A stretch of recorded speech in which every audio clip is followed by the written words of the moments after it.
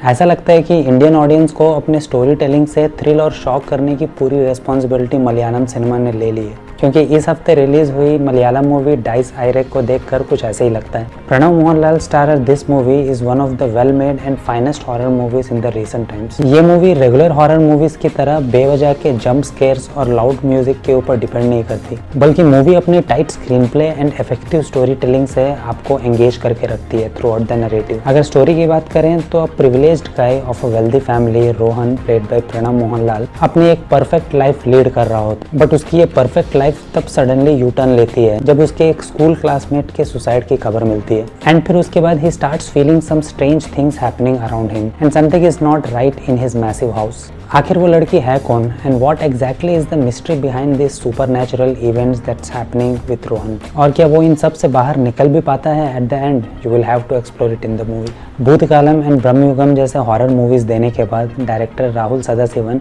Is back again with another classic horror movie. Technically movie काफ़ी strong लगती है with its intense background score, sound design and stunning cinematography. Movie की overall story में आपको ऐसा कुछ खास देखने को नहीं मिलता है, but the way it is presented with its gripping screen play, जो कि एक ओवरऑल सिनेमैटिक एक्सपीरियंस देता है and makes it worth watching. By the way इस मूवी में भी आपको कुछ जंप स्केयर्स देखने को मिलते हैं, बट जिस तरह से राहुल सदाशिवन ने उसे यूज़ किया है मूवी में एंड उसकी वजह से जो एक एटमॉस्फेयर क्रिएट होता है around the characters, that gives you some chills and fear. ये मूवी आपको डराने के लिए सिर्फ भूत की विजिबिलिटी पर डिपेंड नहीं होती है, बल्कि भूत के होने या ना होने के खौफ को ज्यादा हाईलाइट करती है। इस मूवी में भूत आपको सिर्फ एक या दो बार ही देखने को मिलता है, but it delivers some of the highly satisfying theatrical elements and throughout the movie आपको एक कंटिन्यूअस थ्रिलिंग एक्सपीरियंस मिलता है। And one of the best moments in the movie is when a twist comes at the pre climax. That was brilliant and the best thing about that sequence is that जिस तरह से उस sequence को execute किया गया है with a slow buildup of tension before revealing the twist, और उस ट्विस्ट को भी एक काफी अच्छा इमोशनल टच दिया गया है which doesn't look any way out of the place from the story.